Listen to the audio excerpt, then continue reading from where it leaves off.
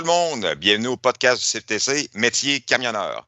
Aujourd'hui, on reçoit Mme Geneviève Colette. On va parler de l'intégration dans le milieu de l'emploi pour les femmes. Bonjour Geneviève, ça va bien? Oui, bonjour Francis, ça va bien toi aussi? Ouais, super bien. Hein. On voit le soleil qui apparaît dans votre côté de bureau. Fait qu'on oui, on est heureux, la belle température. Geneviève, j'aimerais ça, qu'on parle un peu de votre organisme. Vous avez un organisme qui vient en aide aux femmes là, dans le milieu du travail, mais j'aimerais ça que tu m'en parles là, plus spécifiquement, s'il te plaît. Parfait. Alors nous, on est le Centre d'intégration au marché de l'emploi, communément appelé le CIM. Donc, on est un organisme spécialisé dans le développement de la main-d'œuvre féminine. On est 16 en tout et partout au Québec qui a la même mission que moi, qui travaille vraiment à l'intégration des femmes sur le marché du travail. Vous allez pouvoir accéder au lien de Bâtissons l'avenir avec elles qui va vous donner la liste de ces 16 organismes-là si vous avez besoin de vous y référer dans votre région qui peut vous accompagner. Donc, vous allez voir ça dans les commentaires en bas du podcast.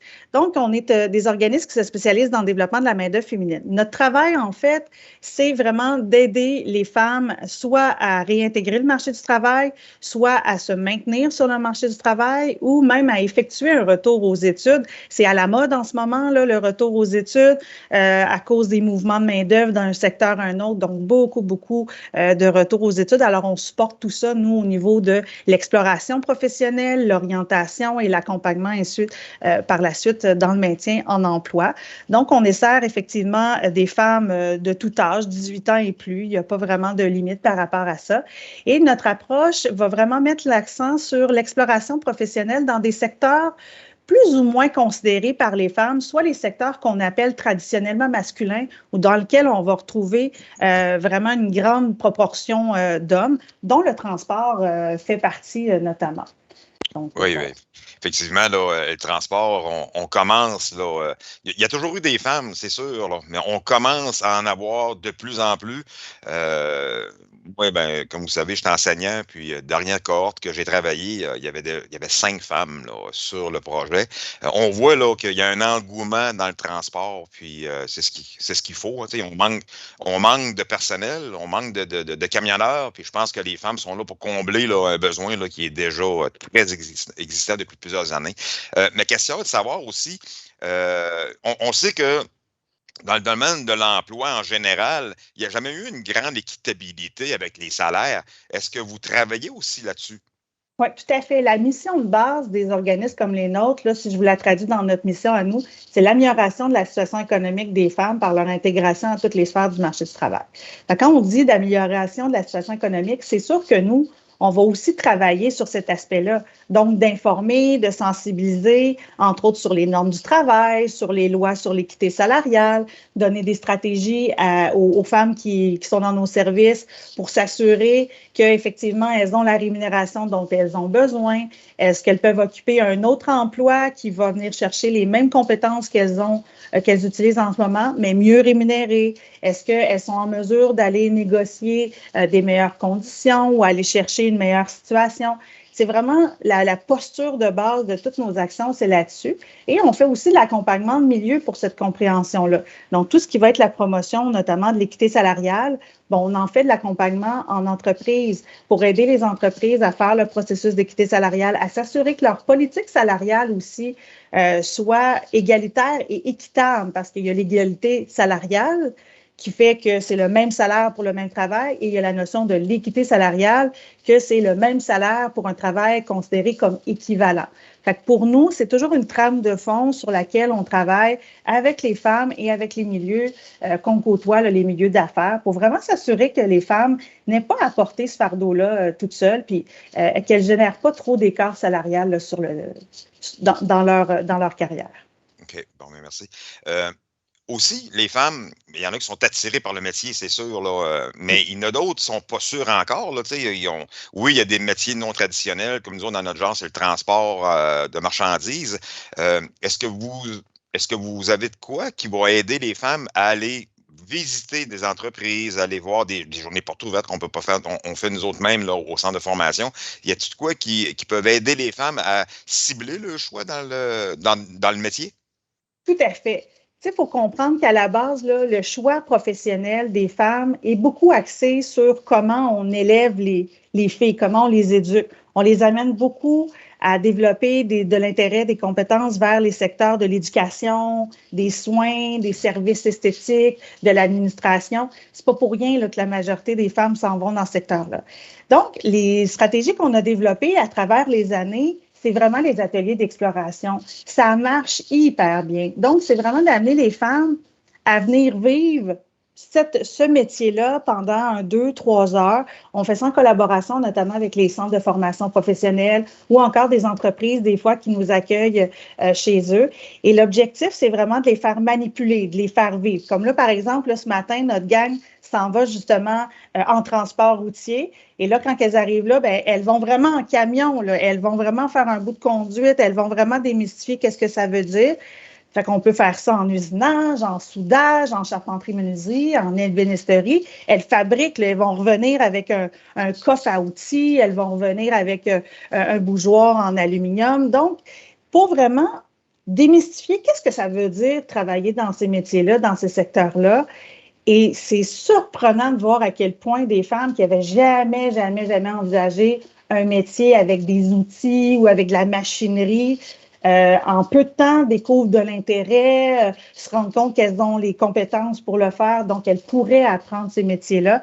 Ça marche vraiment beaucoup, ce qui fait que dans notre cas à nous, notre taux de retour aux études est en constante augmentation et c'est beaucoup vers les métiers de la formation professionnelle qu'on fait ça, bien sûr, un peu les formations techniques, mais notre rôle, c'est vraiment de valoriser la formation professionnelle parce que les débouchés d'emploi sont excellents pour la majorité des programmes plus considérés comme traditionnellement masculins, une bonne rémunération, des bonnes conditions de travail, des bonnes perspectives d'emploi.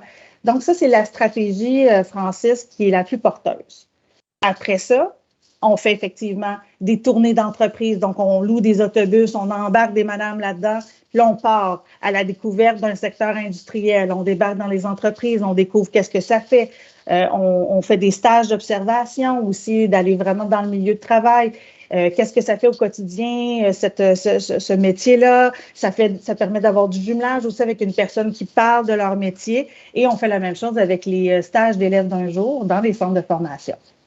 Mais c'est bien là, que ce que vous dites, là, d'éliminer les clichés, hein, parce qu'il y a encore des clichés. Là, tu sais, on le sait très bien là, qu'il va toujours rester une certaine catégorie de machos, là, que pour eux autres, là, je parle pour mon métier. Là, le métier de camionneur, c'est pas fait pour les femmes. Là. Puis c'est important, je pense, là, d'enlever là, ce vieux cliché-là, parce que présentement, on le voit là, qu'il y a des femmes qui font le métier, puis je suis pas gênant à dire, là, ils le font mieux que certains hommes. Là. Fait que c'est certain là, qu'il faut enlever ça. Mais ma prochaine question, justement en lien avec ça, quand il y a des femmes, placer certaines femmes là, dans le milieu du transport, mettons, là, est-ce qu'il y a un suivi avec ces femmes-là à long terme ou à court terme? Est-ce qu'ils ont de l'aide? Est-ce qu'il peut y avoir un aide psychologique? C'est sûr que on vit pas ça régulièrement, mais ça se peut qu'il y ait du harcèlement, là, que ce soit dans n'importe quel métier, dû au fait que ce soit une femme. Est-ce que vous aidez ces femmes-là avec ce genre de suivi par la suite? Oui, tout à fait. Ça fait partie de notre rôle vraiment. Puis on est financé aussi, là, c'est Service Québec qui finance les services d'aide publique à l'emploi là, au niveau de la population. Je tiens à le dire, puis que les services sont complètement gratuits. Et on est financé effectivement pour pouvoir faire de l'accompagnement de maintien en formation. Donc, on peut faire vraiment tout le continuum de services. On peut aider à la prise de décision de dire est-ce que je veux faire un retour aux études ou non, où je veux m'en aller, ou est-ce que je veux juste faire un changement de carrière aussi sans passer par les études? Puis après ça, on fait tout le soutien de l'action. Donc, quand je m'en vais en formation, dans notre cas qui nous concerne, puis que je ne suis pas certaine, tu sais, ça fait longtemps que je ne suis pas allée à l'école, là. J'ai des enjeux, j'ai peut-être des enjeux de conciliation, famille, travail, études, l'organisation, c'est toute une autre façon de vivre, là, de retourner aux études. Alors là, à ce moment-là, on peut venir tout soutenir par rapport à ces éléments-là au quotidien. Donc, vraiment, de travailler sur la persévérance éducative de notre participant. Et en plus, si on est dans les métiers traditionnellement masculins, veut pas, il faut porter quand même une attention parce qu'il y a plus de risques de discrimination, d'intimidation et de harcèlement que dans les autres types de formations. Et c'est souvent associé aux préjugés puis aux stéréotypes qui existent entourant cette main-d'œuvre féminine-là dans ces métiers-là. Et c'est souvent très involontaire. Alors, c'est important de donner de l'appui, du soutien, de l'écoute. Des fois, l'étudiante n'est pas à l'aise de le nommer dans son centre d'établissement. Donc, de passer par une tierce personne, ça va être plus confortable. Et nous, à ce moment-là, on fait la passerelle avec le centre pour que le centre puisse agir sur la situation. Fait qu'effectivement, toute la question du maintien, que ce soit sur l'organisation, que ce soit sur des enjeux du fait d'être toute seule de filles dans un groupe d'hommes, ça me met mal à l'aise, je ne suis pas certaine. Tous les aspects aussi liés au savoir-être par rapport à comment communiquer, entrer en relation. On fait tout le soutien par rapport à ça. Et par la suite, le passage au marché du travail, donc l'aide à la recherche d'emploi et le maintien ensuite en emploi si le besoin est là. Fait que c'est vraiment un continuum complet là, de services. Oui, mais c'est sûr que c'est intéressant. Puis de voir aussi que il y a plus en plus de femmes là, qui veulent embarquer là-dedans. Puis tantôt, tu sais, je disais, écoute, il y a sûrement peut-être du harcèlement. Puis ça, c'est tellement limité là, qu'on n'en voit pas. Là. Moi personnellement, là, tu sais, en 20 ans de métier d'enseignement, là, je pense que j'ai pas vu ça. J'ai peut-être vu ça une fois, là, puis ça n'a pas été long là, que ça a été estompé. Puis je vous dirais que je pense que la venue d'une femme dans un métier qui est justement là, considéré juste pour les hommes, ça met un baume. Écoute, on dirait que certains hommes deviennent encore plus aidants. Je trouve qu'il y a certains hommes dans la classe, nous autres, ils disent moins de niaiseries, plus intéressés, portés à l'aide, hein, ils vont surtout vouloir chercher à aider, puis malgré le fait qu'ils n'en ont pas besoin tant que ça, les filles, là, en réalité, là, c'est de se faire rassurer, je pense, qui est important, parce que, comme vous disiez tantôt, là, c'est de quoi c'est nouveau, puis des fois, ils sont surpris par eux autres mêmes de voir là, que le métier les attire autant, mais je pense que ce qu'ils ont besoin, c'est d'assurance, puis de se faire dire, hey, c'est vrai que ça va bien, t'es bonne. Puis on voit ça souvent, nous autres, les femmes qui se font. Tu sais, ils ont besoin de ça, là. Puis les hommes aussi, hein. Nous autres, on est plus tough un peu, là. On essaie de ne pas vouloir en avoir, mais on en a, puis ça nous fait du bien, là. Mais les femmes, c'est sûr que il faut développer ça, dire, ben, regarde, là, c'est vrai que ça va bien, là. Tu sais, s'il n'y a personne qui le dit, ben, ça ne va pas les attirer, là. Puis je pense que ça doit être ça que vous faites aussi, là. Ben, c'est ça. Puis, tu sais, quand je parlais tantôt de socialisation, Francis, là, je vais te donner un petit exemple, là, mais ça va te donner tout le ton de ce que tu viens de dire. Chez nos jeunes enfants, là, vraiment, dès qu'ils sont tout petits, là, tu remarqueras, les garçons vont beaucoup recevoir des jeux de construction, des jeux de manuels, etc. Et on est tout le temps en train de leur dire, t'es tellement bon, wow, bravo pour ta construction, c'est super bon. Et nos filles, on a plus tendance à leur dire, est belle ta robe, sont beaux tes cheveux, t'es gentille. Ce qui fait que ce que tu viens de nommer au rapport à la compétence, là, de se sentir compétente, là, je généralise parce que pas tout le monde, mais de façon naturelle, on a moins développé ça chez les femmes que chez les hommes. Les hommes ont une confiance de compétence beaucoup plus ancrée. Et quand je te parlais tantôt des ateliers, c'est un peu ça que ça fait. C'est que rapidement, je viens de dire, tu peux avoir les compétences pour le faire. Il va falloir que tu l'apprennes, mais tu peux avoir les compétences. Tu es capable de toucher à la machine, tu es capable de faire quelque chose avec ça.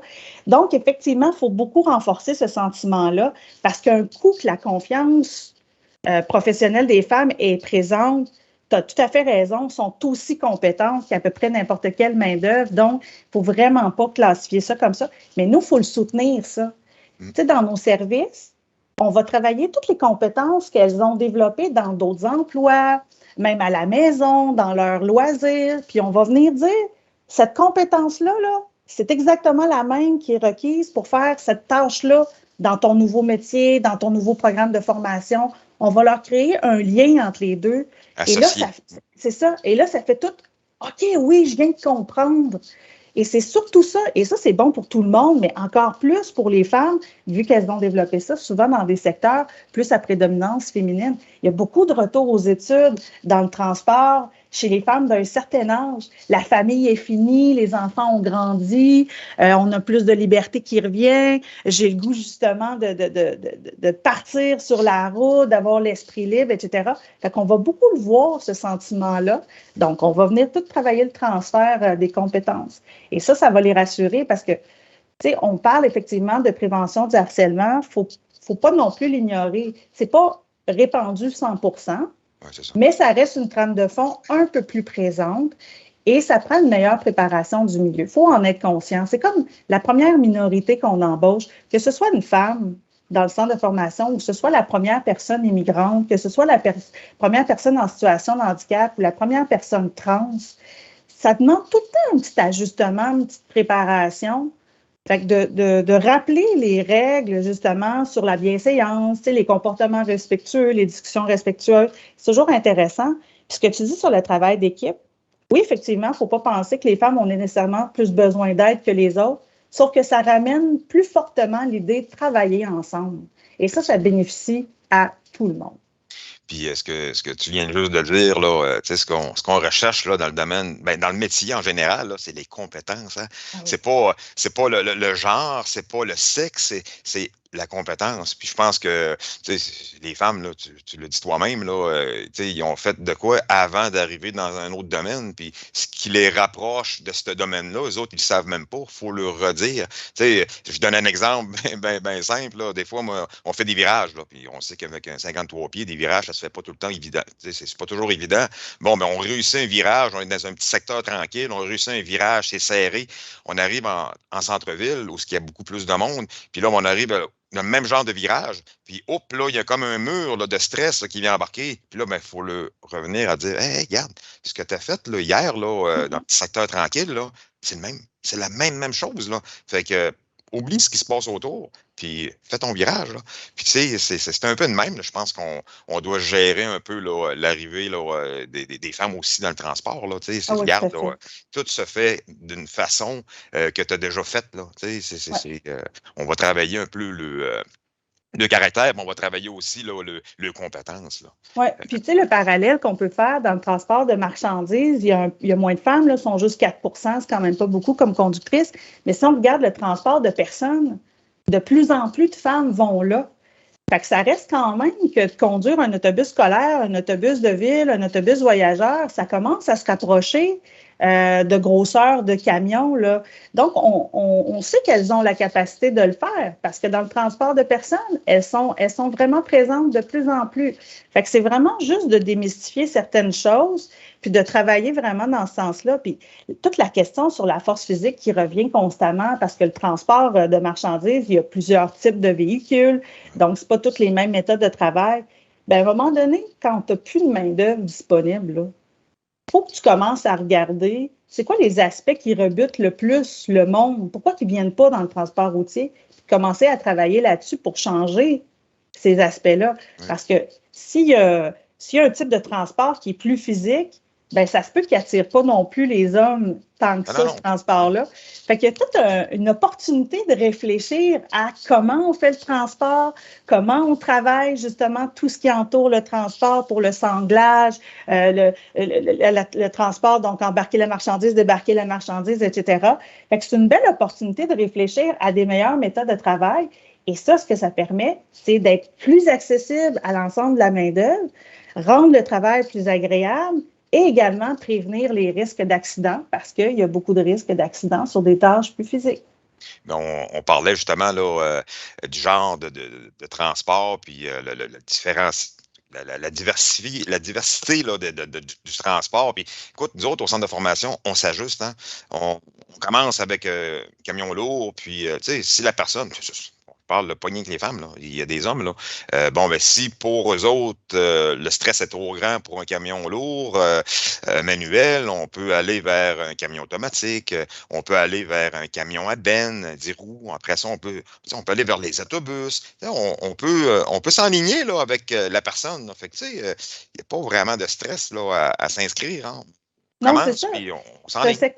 C'est un secteur qui est vraiment varié et dynamique, moi, je trouve, le transport. Puis tout le monde peut trouver un peu pourquoi je vais aller dans le transport. On l'a vu dans les 2 dernières années, à quel point, finalement, le transport qui était quasiment rendu invisible, à part quand tu le croisais sur l'autoroute. On s'est rendu compte que bien, il est nécessaire. Là, c'est ça qui me permet d'avoir sur les tablettes d'épicerie ce que j'ai besoin d'acheter. Tout le commerce en ligne a ramené l'importance du transport. Et le fait que les femmes, on va développer plus un désir d'être utile à la société, d'être utile aux autres. Il y a quelque chose lié au transport associé à ça, d'être utile. et que dans le transport, j'ai-tu le goût de m'impliquer dans un type de transport très particulier qui va m'amener à avoir des valeurs X, Y. Donc, il y a différents types de véhicules, il y a différents types de marchandises, il y a différents types d'entreprises, il y a différents types de transports. Je peux faire du transport local, je peux faire du transport canadien, je peux faire du transport plus international. Pour moi, c'est un secteur hyper varié, hyper dynamique, où tout le monde peut réussir à trouver ce qui lui plaît vraiment, puis essayer plein de choses. Fait que ça vaut la peine, quand on a une curiosité par rapport à ça, de l'explorer, ce secteur-là.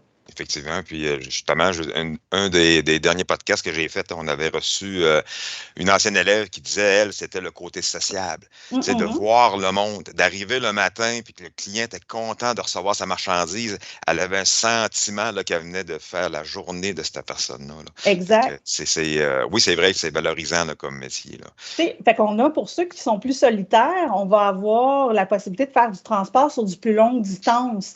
Donc, où on a moins de contact clientèle, mais pour ceux qui ont vraiment envie d'avoir un service à la clientèle, le transport local notamment est une de ces réalités-là, ou le transport du moins à proximité, fait que tu rencontres des clients tous les jours. En plus, souvent, c'est les mêmes clients, donc il y a une relation. Fait qu'effectivement, on peut retrouver plein d'intérêts qu'on va retrouver dans d'autres secteurs d'activité. Effectivement. Geneviève, je pense qu'on a fait le tour pas mal. Là, quand on a fait un bon, on a fait un bon suivi dans toute l'histoire. Puis juste pour terminer, au début, tu disais que vous aviez 16 centres, un peu comme le vôtre, parce que vous autres, vous êtes spécifique, là, le CIM, vous êtes à Sherbrooke. Exact. Donc, dans la région, là, on en a dans la région de Montréal, Québec, on en a-tu dans les régions plus éloignées aussi? Oui, on en a dans les régions plus éloignées, Saguenay, Lévis, Québec, Drummond, Victoriaville, Montréal, Longueuil, même Laurentides, Montérégie, là, on est à peu près partout. Le seul endroit où on ne se trouve pas, c'est plus l'Abitibi, Côte-Nord et ces coins-là, sauf qu'on travaille en collaboration avec ces régions-là. Fait qu'il n'y a pas de problème non plus si jamais il y a des besoins. Il y a même une ligne, si vous allez sur le site de Bâtissons l'avenir avec elle, il y a également une ligne si vous êtes en région où il n'y a pas d'organisme, vous pouvez appeler à cette ligne-là et on va vous distribuer à un organisme d'un autre territoire qui couvre cette région-là. Fait que n'hésitez pas, si c'est juste pour poser des questions, explorer, vous faire accompagner, vous rencontrer des enjeux, on est là pour vous desservir comme main-d'œuvre féminine. C'est complètement gratuit, donc n'hésitez pas à faire appel à nous. Super. Ben merci beaucoup, Geneviève. C'est vraiment, vraiment apprécié.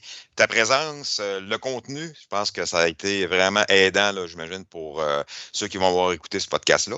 Puis, je te remercie. Puis, j'espère qu'on va se revoir à un moment donné, là, autrement que devant un écran. Tout à fait. Merci, Francis. Je te souhaite une belle journée. Merci, toi aussi. Pour les amis à la maison, écoutez, après 3 ans de podcast, ensuite 70, presque 70 podcasts, je tiens à vous annoncer que ça serait notre dernier podcast, du moins pour un certain temps.